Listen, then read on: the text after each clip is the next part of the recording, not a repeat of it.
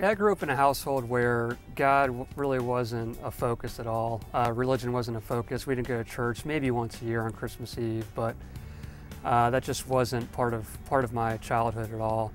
And growing up as a teenager, I was kind of like a lot of the other teenagers in my high school, just going to school and really just partying as much as we could and drinking as much as we could. And even going into my 20s, my early 20s, same thing, you know, going to college, graduating from college, just the big focal center point of my life really was sports and drinking and girls, really. And I remember I was about 24 when I met my future wife at the time, Leah, and she was kind of the same way in that God really wasn't a part of her life. She wasn't going to church or anything. She was definitely a little more spiritual than me, but not going to church. And kind of the reward for our week we felt was going out to bars and drinking and getting up at 12 the next day with the hangover and eating McDonald's and trying to get rid of the hangover, and that was pretty much our life. But about 2 years after we got married, something happened in Leah's life where she felt like she had to go to church. And so she went. She wanted me to go. I said no, I'm not going. I didn't want my life to change, really. And I was hoping that when she went, that she wasn't going to like it. But she went to New Life Christian Church in Northern Virginia where we were living. And she absolutely loved it. She came home from service and she was raving about it and saying how cool it was and how laid back and I could wear jeans and stuff if I went. And I just didn't want to go, but she asked me to go, and we were newlyweds, so I felt like it was something I had to do. And so we went the next week, I think, and I was surprised. I mean, again, I wore what I'm wearing now, jeans and a t-shirt. I got to drink coffee and listen to somebody about my age give a sermon, and it was cool, and I kept going. I didn't love it, but I was thinking of it as supporting my wife.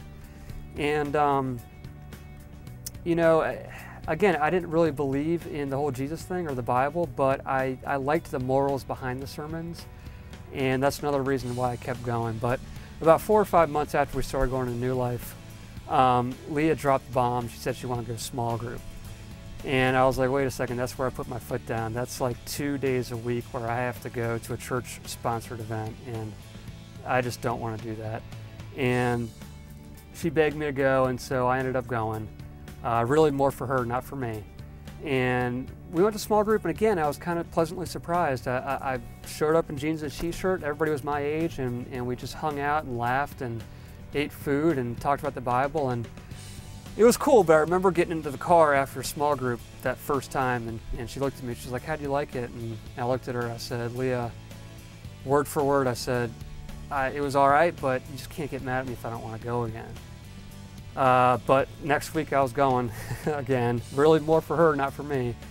But I would say 2 or 3 Mo groups into it, I was hooked. I loved it. Again, I was making friends. I didn't believe in Jesus, I didn't believe in the Bible, but it was a cool thing to do. I had fun. But one night I remember my Mo group leader, or my small group leader, Pat Ferguson, he invited Leah and myself over for dinner.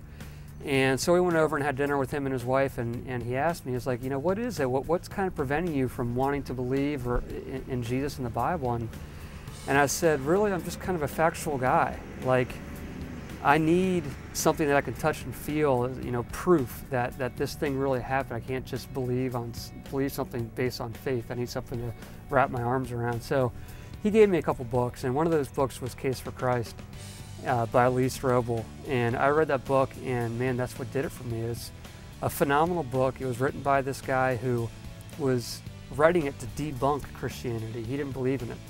And when he was researching to write the book, he became a Christian. And so he wrote it from that perspective, and it just really spoke to me and answered all my questions. And that, along with a bunch of sermons that I was listening to at New Life and going to small group, I had no chance. I was going to become a Christian. So probably a couple months later, I asked Dan Smith, who was on staff at this church, to baptize me, and that's all she wrote. A few months after that, Dan and Shannon announced to New Life Christian Church that they were going to go start a church in Ohio. I can't remember if they knew it was Cleveland or not at that point, but I remember them announcing that, and I knew in the back of my head I was going to end up in Ohio. I didn't want to move to Ohio. I loved Northern Virginia, where I'm from. But I just felt like that's where God was going to take me. And Leah felt the same way. And we even came to Cleveland and checked it out with Dan and Shannon and saw the city and stuff, and we liked it, but we were too scared, I think, to actually make the jump to move 500 miles to Ohio. So we took Dan and Shannon out to lunch, and we broke up with them. We said, I'm sorry, we can't go. And so they went off and they started Momentum, and a few months later we had our first girl, Lindsay.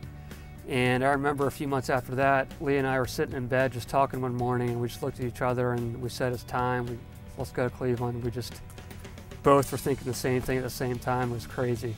So we jumped on the computer, we emailed Dan and Shannon, we're coming. And 3 months later, here we were in Cleveland with Lindsay, our 4-month-old little girl. And man, it was a scary move, but gosh, it was the best thing we've ever done. And I just think back to that night when Leah was begging me to go to small group back in Northern Virginia, and I was like, no, you're absolutely out of your mind, I'm not going. And here it is like 7 or 8 years later, and now I'm leading a Mo group. I wouldn't miss Mo group for the world. So it's just crazy how God works.